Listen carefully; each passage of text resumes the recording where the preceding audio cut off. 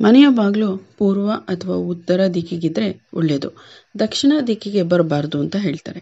ಅಕಸ್ಮಾತ್ ನಿಮ್ಮ ಮನೆ ಬಾಗಿಲು ದಕ್ಷಿಣ ದಿಕ್ಕಿಗಿದ್ರೆ ಏನು ಮಾಡ್ಕೋಬೇಕು ಅಂತ ಈ ವಿಡಿಯೋದಲ್ಲಿ ತಿಳಿಸ್ಕೊಡ್ತೀನಿ.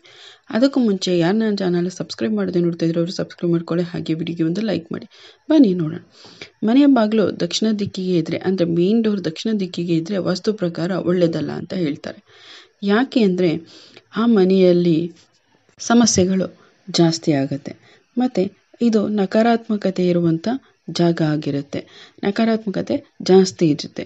ಯಾಕಂದರೆ ದಕ್ಷಿಣ ದಿಕ್ಕು ಅಂದರೆ ಯಮರಾಜನ ದಿಕ್ಕು. ಆ ದಿಕ್ಕಿನಲ್ಲಿ ಬಾಗಿಲು ಇಡಬಾರ್ದು ಅಂತ ಹೇಳ್ತಾರೆ. ಆ ದಿಕ್ಕಿಗೆ ಬರದೇ ಇರೋ ರೀತಿ ನೋಡ್ಕೋಬೇಕು. ಉತ್ತರ ಮತ್ತು ಪೂರ್ವ ದಿಕ್ಕಿನಲ್ಲಿ ಬರೋ ಥರ ನೋಡ್ಕೋಬೇಕು. ಆ ರೀತಿ ನೋಡಿಕೊಂಡ್ರೆ ಧನಾತ್ಮಕ ಶಕ್ತಿ ಅಂದರೆ ಪಾಸಿಟಿವಿಟಿ ಹೆಚ್ಚಾಗುತ್ತೆ. ಅಕಸ್ಮಾತ್ ನಿಮ್ಮ ಮನೆ ಬಾಗಿಲು ಇನ್ನೆಲ್ಲೂ ಇಡೋಕ್ಕೆ ಜಾಗ ಇರಲ್ಲ. ಕೆಲವೊಂದು ಸರಿ ಪೂರ್ವಕ್ಕೂ ಇಡೋಕ್ಕಾಗಲ್ಲ, ಉತ್ತರಕ್ಕೂ ಇಡೋಕ್ಕಾಗಲ್ಲ, ಪಶ್ಚಿಮಕ್ಕೂ ಇಡೋಕ್ಕಾಗಲ್ಲ. ಯಾಕಂದರೆ ಈಗಿನ ಮನೆಗಳು ಪಕ್ಕ ಇರ್ತವೆ, ಆವಾಗ ಇಡೋಕ್ಕಾಗಲ್ಲ. ನಮಗೆ ದಕ್ಷಿಣಕ್ಕೆ ಒಂದೇ ಕಡೆ ಬಾಗಿಲು ಬರೋದು ಅಂತಂದಾಗ ಅದರಲ್ಲಿ ನಾವು ಈ 4 ಪರಿಹಾರಗಳನ್ನ ಮಾಡ್ಕೋಬೋದು. ಈ 4 ಪರಿಹಾರಗಳು ಯಾವ್ಯಾವುದಪ್ಪ ಅಂದರೆ, ಮೊದಲನೇದು ಏಣಿ. ಅಂದರೆ ಏಣಿಯನ್ನು ಇಡೋಕ್ಕಾಗಲ್ಲ, ಮೆಟ್ಲುಗಳನ್ನ ಇಡ್ಬೋದು. ಅಟ್ಲೀಸ್ಟ್ ಒಂದು 2-3 ಮೆಟ್ಲುಗಳನ್ನಾದರೂ ಇಟ್ಟರೆ ಅದು ಅಡೆತಡೆಗಳನ್ನ ನಿವಾರಿಸುತ್ತೆ. ಎರಡನೇದಾಗಿ ಬೇವಿನ ಗಿಡ ನೆಡ್ಬೋದು. ಅಲ್ಲಿ ಆ ದೋಷದ ನಿವಾರಣೆಗಾಗಿ ಬೇವಿನ ಗಿಡ ನಾವು ದೇವರ ಮರ, ಮಾರಮ್ಮನ ದೇವರು ಅಂತ ಹೇಳ್ತೀವಿ.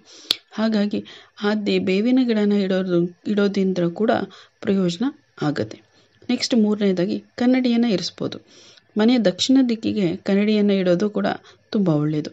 ಇದು ನಮ್ಮ ಮನೆ ಒಳಗಡೆ ಬರುವಂಥ ನೆಗೆಟಿವಿಟಿನ ಹೊಡೆದು ಅಂದರೆ ಅದು ಕನ್ನಡಿಯಲ್ಲಿ ಕನ್ನಡಿ ಅದನ್ನು ಆಕರ್ಷಣೆ ಮಾಡೋದ್ರಿಂದ ಕನ್ನಡಿಗೆ ಡಿಕ್ಕಿ ಹೊಡೆದು ಅದು ವಾಪಸ್ ಹಿಂತಿರುಗಿ ಹೋಗುತ್ತೆ ಅಂತ ಹೇಳ್ತಾರೆ. ಇನ್ನು 4ನೇದು ದೇವರ ವಿಗ್ರಹನ ಸ್ಥಾಪಿಸೋದು. ದಕ್ಷಿಣ ದಿಕ್ಕು ನೆಗೆಟಿವಿಟಿನ ಹರಡುವಂಥ ದಿಕ್ಕು ಅಂತ ಹೇಳ್ತಾರೆ. ಹಾಗಾಗಿ ಆ ದಿಕ್ಕಿನಲ್ಲಿ ದೇವರ ವಿಗ್ರಹಗಳನ್ನ ಇಡೋದ್ರಿಂದ ಅದು ಕೂಡ ನೆಗೆಟಿವಿಟಿನ ಕಮ್ಮಿ ಮಾಡುತ್ತೆ. ದೇವರು ನಮ್ಮನ್ನು ಬರುವಂಥ ನೆಗೆಟಿವಿಟಿನ ಕಮ್ಮಿ ಮಾಡಿ ನಮಗೆ ಪಾಸಿಟಿವಿಟಿನ ಹೆಚ್ಚುತ್ತೆ ಅಂತ ಹೇಳ್ತಾರೆ.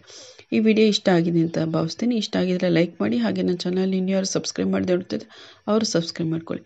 ಕೇಳಿದ್ದಕ್ಕಾಗಿ ಧನ್ಯವಾದಗಳು. ಮುಂದಿನ ವಿಡಿಯೋದಲ್ಲಿ ಸಿಗೋಣ.